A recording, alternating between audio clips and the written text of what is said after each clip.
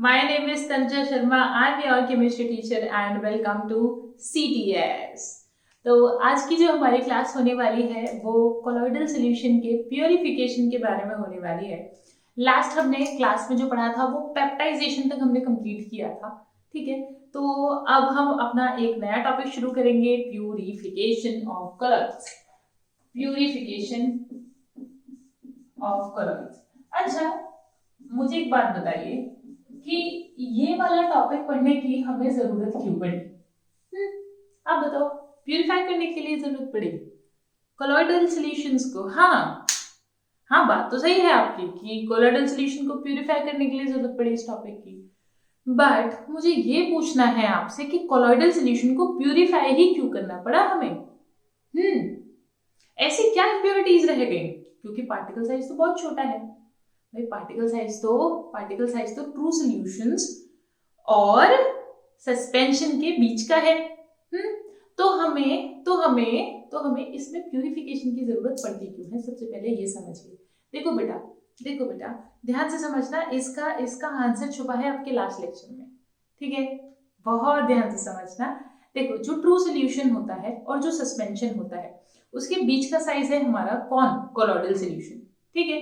और अगर तुमको याद हो, ऑफ कोर्स तुम्हें याद होगा कि जब हमारे पास मैंने कुछ इस तरीके की चीज बनाई थी, मैंने लिखा था यहाँ पर ट्रू सॉल्यूशन, यहाँ लिखा था मैंने कोलॉइडल और यहाँ लिखा था मैंने सस्पेंशन। तो सबसे पहले तो यही चीज सीखनी है हमें कि why do we need this topic, ठीक है। जरूरत क्यों पड़ रही है हमें प्यूरिफिकेशन की या प्यूरिफाई करने की कोलॉइडल सॉल्यूशंस को? ऐसी क्या जरूरत पड़ी है? देखो बेटा, ध्यान से देखो, जो ट्रू सॉल्यूशन है और सस्पेंशन है, ये कोलॉइडल सॉल्यूशन हमने इन दोनों से बनाया था, है ना। यहाँ पर तो मैंने इसका साइज क्या किया था? इंक्रीज किया था। और यहाँ पर मैंने इसका साइज क्या किया था बेटा? डिक्रीज किया था, अपने अलग अलग मेथड से, ठीक है। अब अगर तुम्हें साइज डिक्रीज वाला लास्ट मेथड याद है थोड़ा सा? हाँ, तो साइज डिक्रीज वाला लास्ट वाला मेथड क्या था? पेप्टाइजेशन। तो पेप्टाइजेशन में आप क्या डाल रहे थे? बाहर से कुछ डालते थे ना, कोई ऐसा इलेक्ट्रोलाइट डालते थे जिसमें कोई जो हमारे पास प्रेसिपिटेट है उसका कॉमन आयन हो। तभी तो प्रेफरेंशियल कॉमन आयन पढ़ा था आपने, है ना। अच्छा, तो यानी कि हम बाहर से कोई इलेक्ट्रोलाइट डालते हैं। यस। अच्छा, जहां पर साइज इंक्रीज करना है उसमें केमिकल मेथड्स पर जाओ या फिजिकल मेथड्स पर जाओ। आपने बाहर से कुछ डाला था ना, है ना।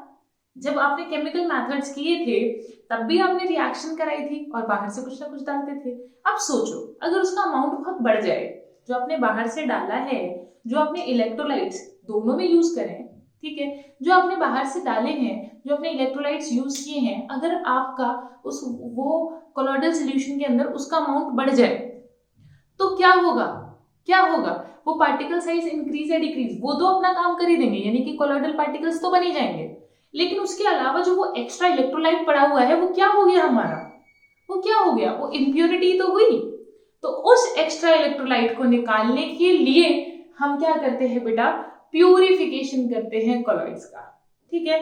तो सबसे पहले आप why do we study this topic, ये समझ में आया कि वो जो हमने अभी पुराने लेक्चर में जो हमने एक्स्ट्रा इलेक्ट्रोलाइट्स डाले थे कोलॉइडल सॉल्यूशन बनाने के लिए, तो जो रिएक्टेड है वो तो बहुत बढ़िया है, ठीक है। लेकिन जो एक्स्ट्रा पड़ा हुआ है, जो इलेक्ट्रोलाइट एक्स्ट्रा है, उसका क्या? ठीक है, तो वो हमें समझना पड़ेगा। और किस में समझेंगे? ऑफ कोर्स इस टॉपिक में समझेंगे। देखो, तो हमने प्यूरिफिकेशन के लिए बेटा हमने वाई तो पढ़ लिया।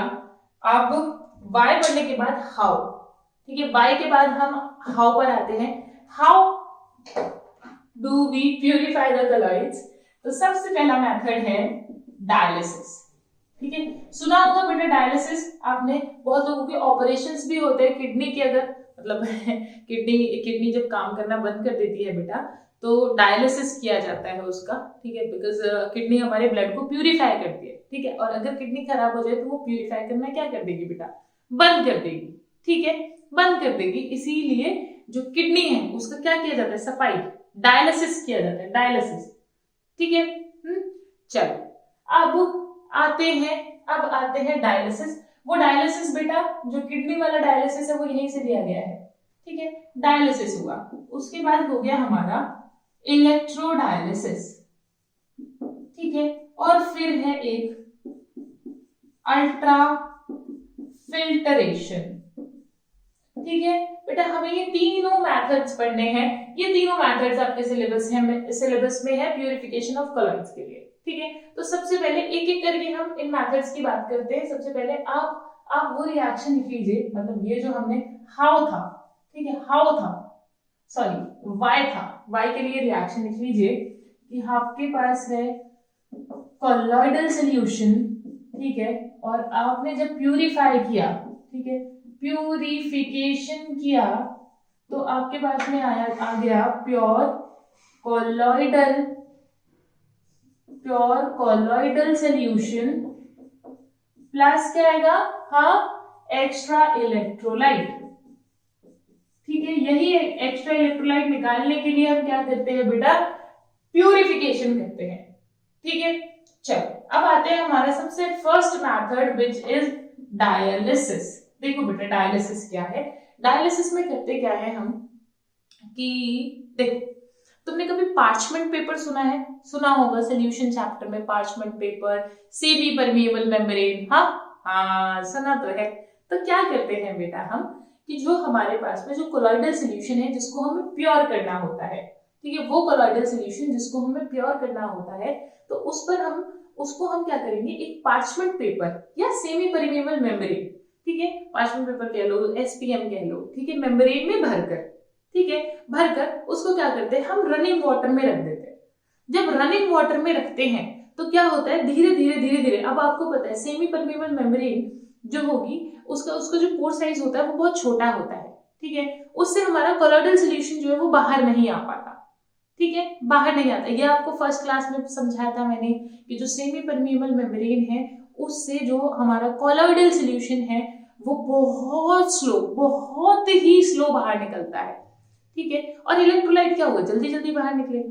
मेरी बात समझ लो, इलेक्ट्रोलाइट जब आप उसको रनिंग वाटर में रख दोगे, देखो सपोज ये कोई पार्चमेंट पेपर था, मैंने इसकी ऐसे पोटली बनाई, ठीक है, और इस पोटली में है मेरा कोलॉइडल सॉल्यूशन, ठीक है, कोलॉइडल सॉल्यूशन है ना, और इस कोलॉइडल सॉल्यूशन को यहाँ पर ये बेटा ये मेरा है इस तरफ, ये मेरा रनिंग वाटर है यहाँ पर, ठीक है, ये मेरा रनिंग वाटर है, पानी में रख दिया हमने इसको, ठीक है। जब यहाँ हम बेटा रनिंग वाटर में रख देते हैं, ठीक है, ये रनिंग वाटर में रख दिया कोलॉइडल सॉल्यूशन, ये क्या है बेटा, ये है एसपीएम, सेमी परमिएबल मेम्ब्रेन, ठीक है।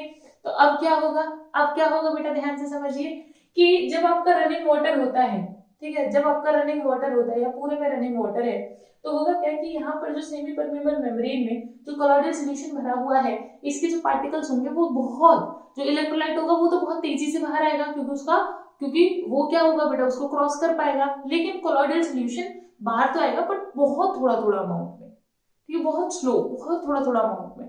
तो कोलॉइडल सॉल्यूशन हम ये कहेंगे कि मोस्ट हमारा कोलॉइडल सॉल्यूशन अंदर रह जाता है और जो इलेक्ट्रोलाइट है उसके साथ बहुत थोड़ा कोलॉइडल सॉल्यूशन आएगा, ठीक है। तो that is about to negligible, ठीक है, नेग्लिजिबल आप कह सकते हो।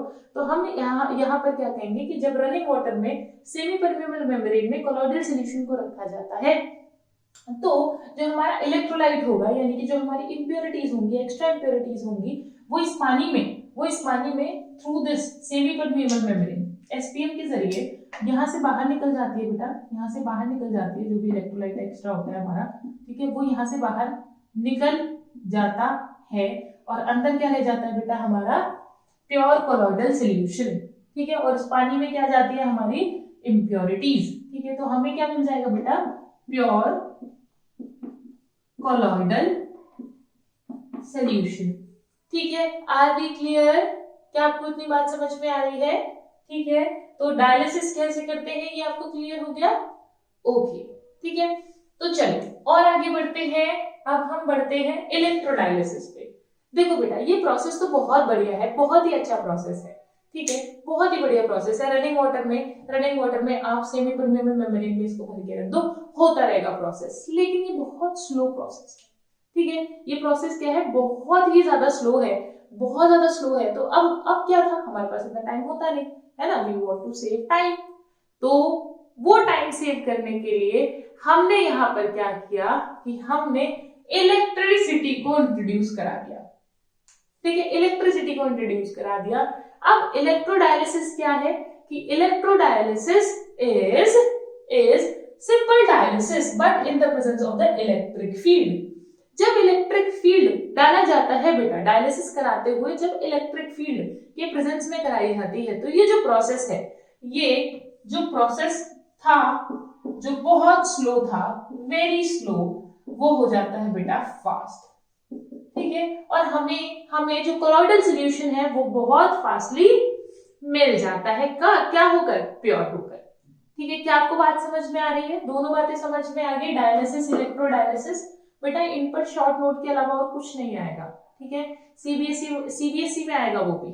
ठीक है, क्या होगा सीबीएसई के अंदर आपसे शॉर्ट नोट पूछ लेगा बस। ठीक है, तो 2-2 मार्क में आपको बस आपको ये थोड़ा डायग्राम बनाना पड़ेगा और ये कुछ लाइंस लिखनी पड़ेगी। जो आपने डायग्राम में किया है एग्जैक्टली समझकर वही लाइन आप क्या करेंगे, एग्जाम में लिख देंगे। ठीक है, आर वी क्लियर? डन? चलिए, तो मैंने डायलिसिस बता दिया। इलेक्ट्रोडायलिसिस इज व्हाट, कि जो भी डायलिसिस है in the presence of electric field. ठीक है, तो ये रिएक्शन, ये जो प्रोसेस है ये क्या हो जाएगा, फास्ट हो जाएगा। अब हम अपने नेक्स्ट प्रोसेस पे चलते हैं विच इज अल्ट्रा फिल्ट्रेशन। ठीक है, अल्ट्रा फिल्ट्रेशन पे चलते हैं बेटा। इसको हटा दिया, इसको भी हटा देते हैं और अब आते हैं सीधा हम अपने लास्ट वाले पार्ट पर विच इज अल्ट्रा फिल्ट्रेशन।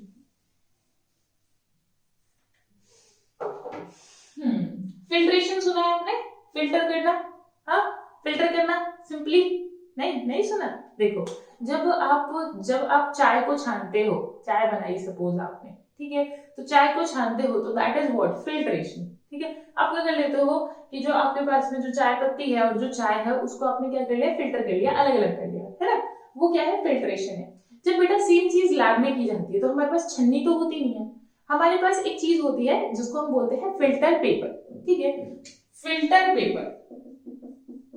ठीक है, फिल्टर पेपर। अब समझिए, ये जो फिल्टर पेपर है इसके जो पोर साइज होते हैं, देखो फिल्टर पेपर है या फिर हमारे पास में वॉटमैन पेपर हो, ठीक है, या फिर हमारे पास में और बहुत अच्छी क्वालिटी का पेपर हो कोई, जो हम क्रोमेटोग्राफी में यूज करते हैं। क्रोमेटोग्राफी आपने पढ़ी होगी 11th क्लास में, रिमेम्बर 11th क्लास में पढ़ते हैं। हाँ, याद आ रही है? हाँ, ठीक है, 11th क्लास का फर्स्ट चैप्टर है हाइड्रोकार्बन से पहले वाला, जिसमें हम आपको पढ़ाते हैं and the name of the chapter is organic principles and techniques. ठीक है, उसमें आपको पढ़ाते हैं बेटा, तो वहां पर एक प्रोसेस आपको पढ़ाया जाता है क्रोमेटोग्राफी। ठीक है, तो जो क्रोमेटोग्राफी है उसमें भी बहुत अच्छी क्वालिटी का फिल्टर पेपर यूज होता है। Whatman paper is the good quality filter paper. ठीक है, और अल्ट्रा फिल्ट्रेशन में भी वैसे ही करेंगे हम। देखो समझो, एक तो हो गया सिंपल फिल्टर पेपर, और एक हो गया वॉटमैन पेपर। ठीक है, वॉटमैन पेपर 53, इसमें भी नंबर्स आते हैं। जब आप लैब में जाओगे प्रैक्टिकल्स करने तो आपको पता चलेगा फिल्टर पेपर कई तरह के हैं। अब ये फिल्टर पेपर किस बेसिस पर अलग अलग तरीके के होते हैं, सबसे पहले समझिए। जो हमारे पास में सिंपल फिल्टर पेपर होता है, इसका ये मान लीजिए फिल्टर पेपर है, तो होता क्या है बेटा, इसका जो पोर साइज होता है वो काफी बड़ा होता है, ठीक है, काफी बड़ा होता है। तो जो हम इसमें छान रहे होते हैं, ठीक है, जो भी हम ऊपर सेपरेट कर रहे होते हैं, उसका जो पार्टिकल साइज है वो उससे बड़ा होना चाहिए, तभी तो वो रुकेगा। भाई जब आप चाय को छानते हो तो जो आपकी चाय की पत्ती है वो क्या उस जो चाय के छानने वाले छेद हैं, जो छन्नी है, उससे क्या होनी चाहिए, बड़ी होनी चाहिए, तभी तो रुकेगी। छोटी होगी तो क्या होगी बेटा, चली जाएगी वापस, चाय में ही चली जाएगी, है ना, छानने का कोई फायदा नहीं हुआ। बिल्कुल यही चीज समझिए, बिल्कुल यही चीज। देखो बेटा कि जब हमारे पास में, मान लो हमारे पास में जिसको हम फिल्टर कराने वाले हैं, ठीक है, ये मेरा बीकर है, ये मेरा बीकर है, और बीकर में मैंने ये लगा दी फनल, और यहाँ जो फिल्टर पेपर है, यहाँ जो फिल्टर पेपर मैंने यहाँ पर एक फिल्टर पेपर लगाया हुआ है, ये जो फिल्टर पेपर है इसका पोर साइज क्या बेटा, इतना है। तो मैं इसमें जो छानूंगी ना, जो मैं छानूंगी, मान लो ये मुझे छानना है, और इसका पोर का साइज, मतलब इसका जो कोलॉइडल सॉल्यूशन है उसका साइज खुद इससे बड़ा होना चाहिए, तभी चलेगा ये। मेरी बात समझ लो, तभी तो ये पार्टिकल्स इस पर ऊपर आकर रुक जाएंगे, है ना।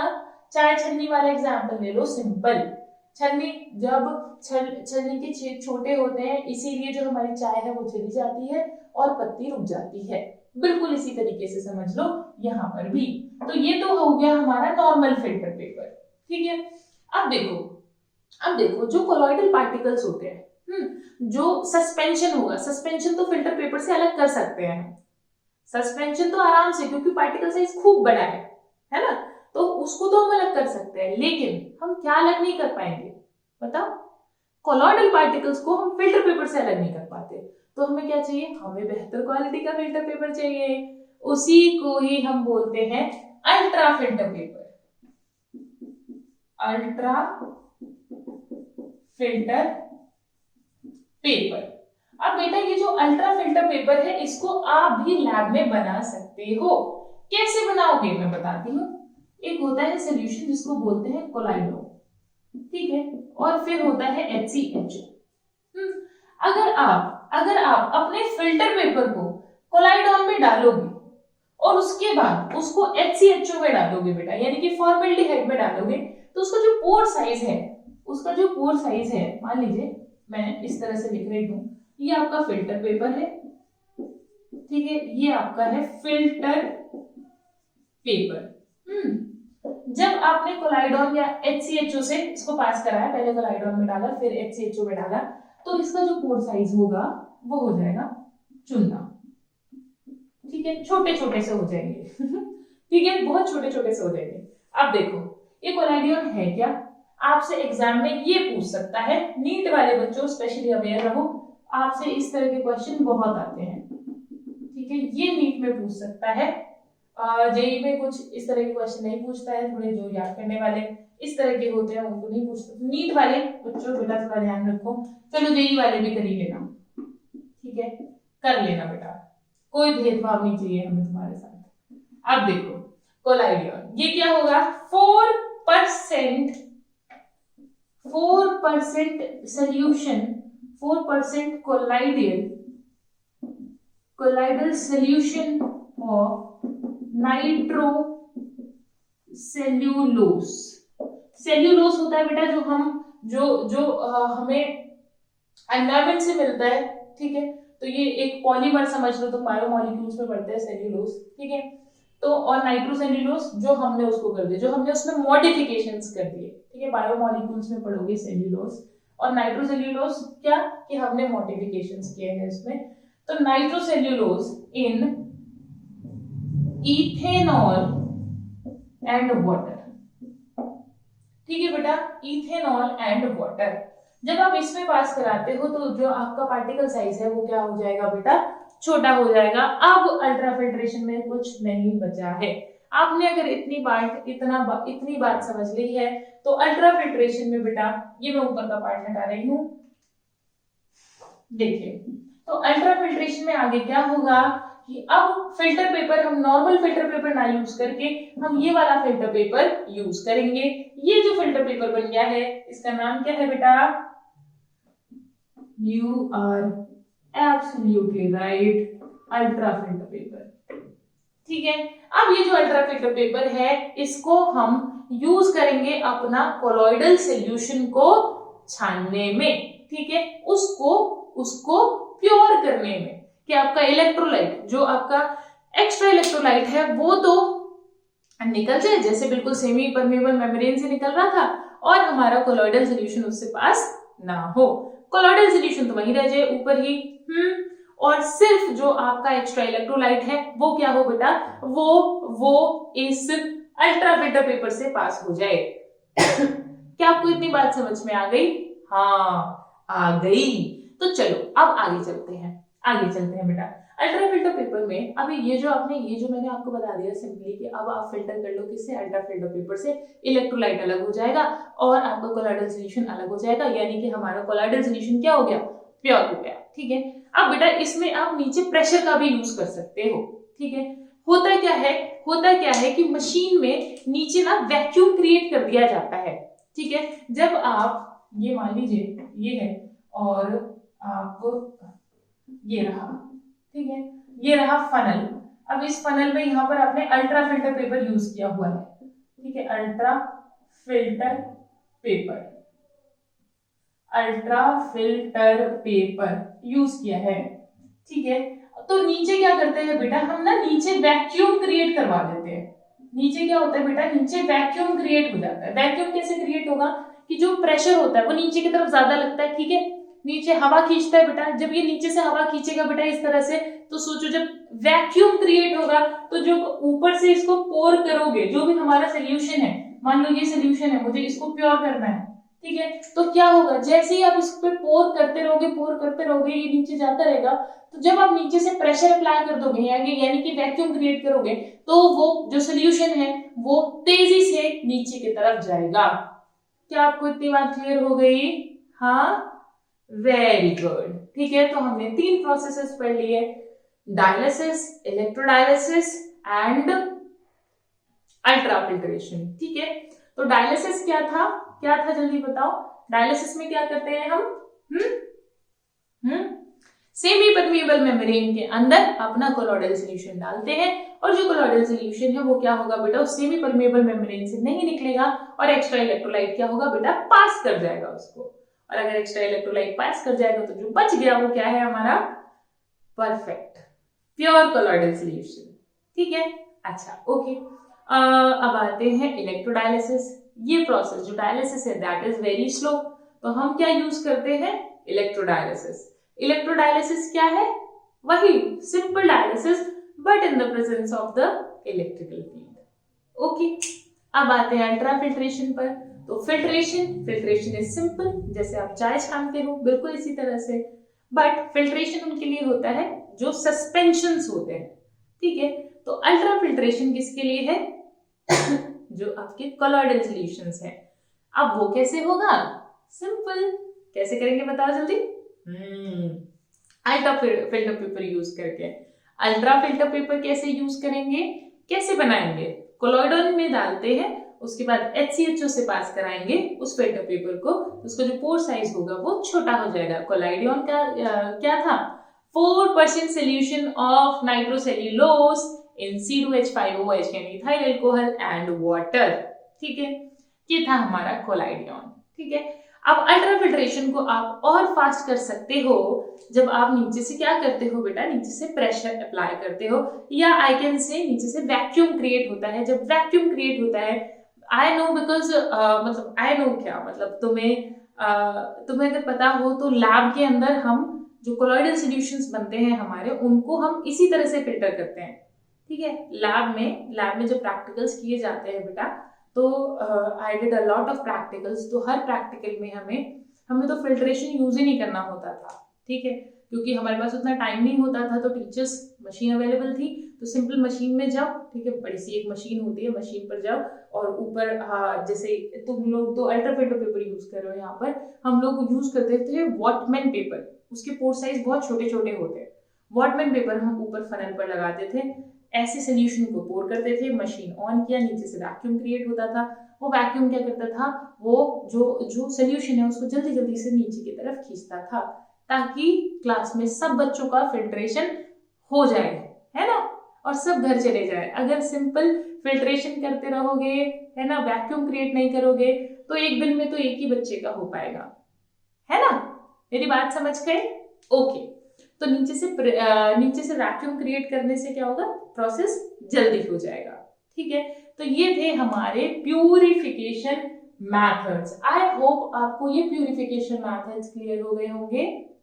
यस, ठीक है, तो चलो अब प्यूरिफिकेशन मेथड क्लियर हो गए, तो अब हम आगे बढ़े प्रॉपर्टीज पर। ओके, तो पढ़ते हैं properties.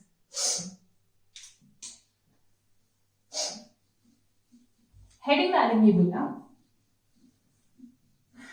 properties of colloidal solution. Properties of colloidal solution.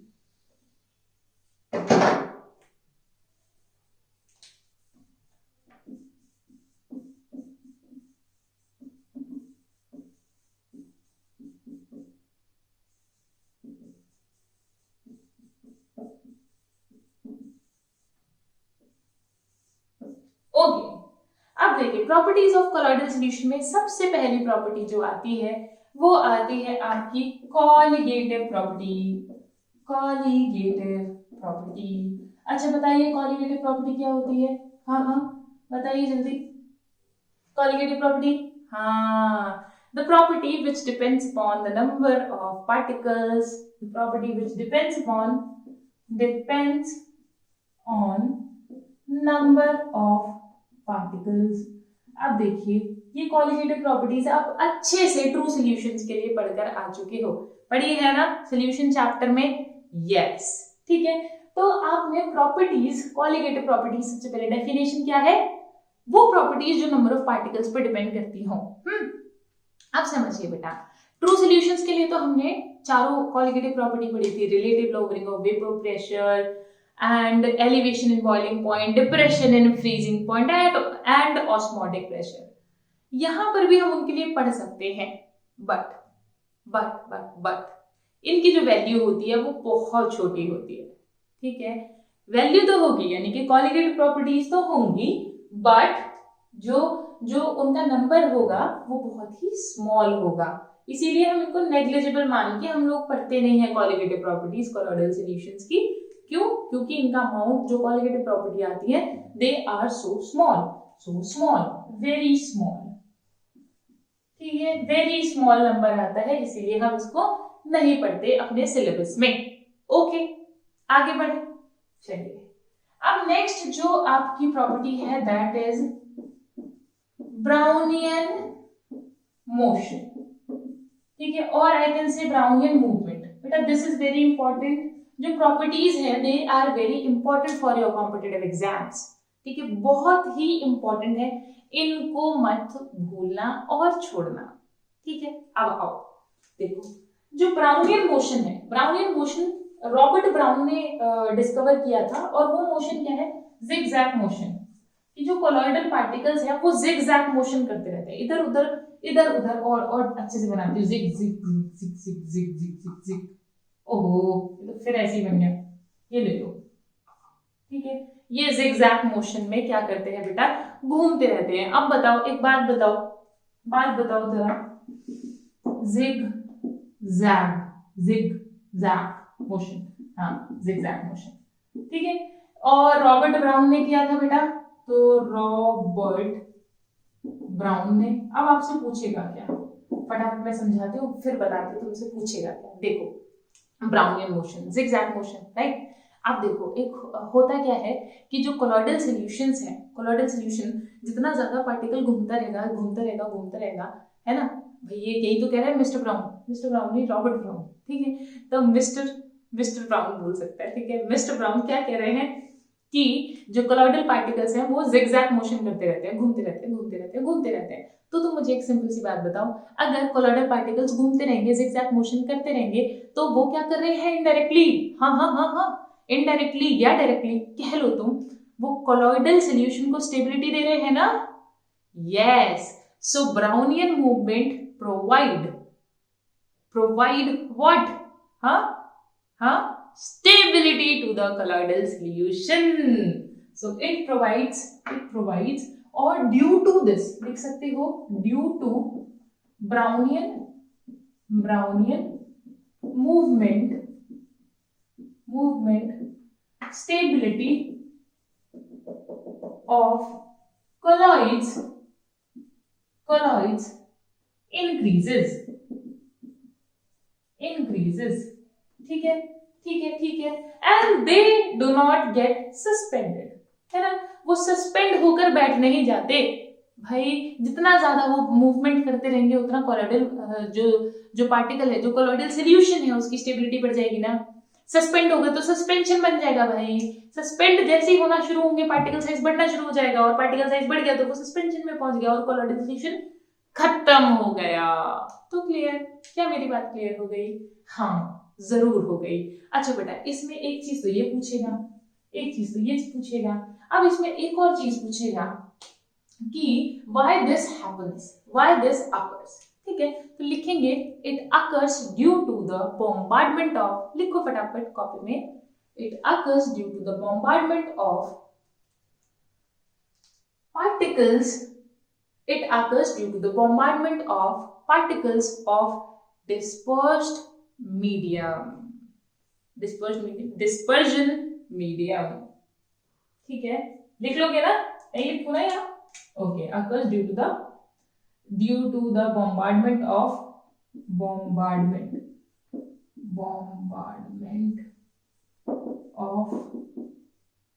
particles of dispersion medium. ठीक है, डिस्पर्जन मीडियम के जो पार्टिकल्स होते हैं बेटा, ठीक है, it is due to the unbalanced bombardment of particles of, ठीक है, इट अकर्स, लिख लो चाहे मैं यही लिख देती हूँ, it occurs due to the unbalanced bombardment of the particle of dispersed medium. ये पार्ट बेटा बहुत इंपॉर्टेंट है for your both of these points are important for your competitive exam. ठीक है, दोनों पॉइंट बहुत ही इंपॉर्टेंट है, देख लेना बेटा. पास्ट ईयर के क्वेश्चंस जब आप देखेंगे तो आपको इस तरह के क्वेश्चंस मिल जाएंगे. आपको भी पता है बेटा, असर्शन रीजन टाइप के क्वेश्चंस भी आते हैं, स्टेटमेंट कौन सी करेक्ट है कौन सी नहीं है वो क्वेश्चंस भी आते हैं. तो अगर आपने थ्योरी ढंग से, यानी कि ये वाले इस तरह के पार्ट की थ्योरी ढंग से नहीं पढ़ी है तो आपसे क्वेश्चंस नहीं होंगे. ठीक है, तो आपको इतनी बात क्लियर हो गई. ब्राउनियन मोशन हो गया. अब नेक्स्ट जो हम पढ़ने वाले हैं that is your Tyndall effect. Tyndall effect, ठीक है. अच्छा बताइए टिंडल इफेक्ट क्या होता है? हाँ, जल्दी बताओ, जल्दी बोलो. Tyndall effect is what? Scattering of light. Yes, ठीक है, it is what? Scattering. SCTTARING, scattering of light. ठीक है, स्कैटरिंग ऑफ लाइट. अब देखिए बेटा, होता है क्या है, जो ट्रू सॉल्यूशंस है वो टिंडल इफेक्ट नहीं दिखाते, बट कोलॉइडल सॉल्यूशन होगा, इट फॉर्म्स और it shows what? Tyndall effect what? Scattering of light. जैसे आपने देखा होगा जब सुबह में या फिर सुबह आप जाते हो तो सुबह जब रोशनी पड़ रही होती है, ठीक है, तो तुम्हें पाथ ऑफ लाइट नजर आ रहा होता है ना, लाइट का पाथ नजर आ रहा होता है. कई बार दोपहर में भी, जैसे सपोज कोई कहीं पर होल हो रहा हो तो वहां से भी तुम पाथ ऑफ लाइट देख पाते हो, है ना. तो वही क्या है? टिंडल इफेक्ट है. यस, ठीक है. तो टिंडल इफेक्ट क्या है? Path of light, visible path of light. ठीक है, तो अगर आप ट्रू सॉल्यूशंस में देखोगे तो उसमें आपको नजर नहीं आएगा.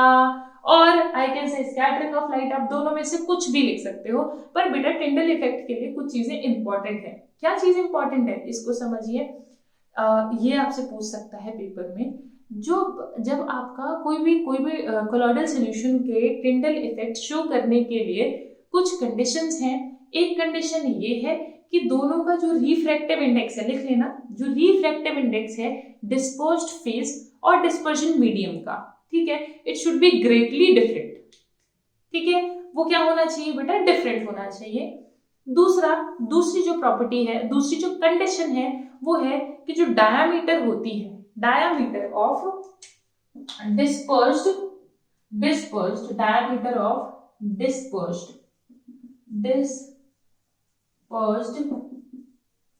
पार्टिकल, ये जो डायामीटर है बेटा डिस्पर्स्ड पार्टिकल की इज नॉट मच स्मॉलर.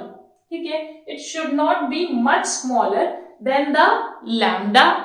जो आप लैम्डा इस पर जो आप लाइट डाल रहे हो उससे बहुत छोटी नहीं होनी चाहिए. Lambda is what?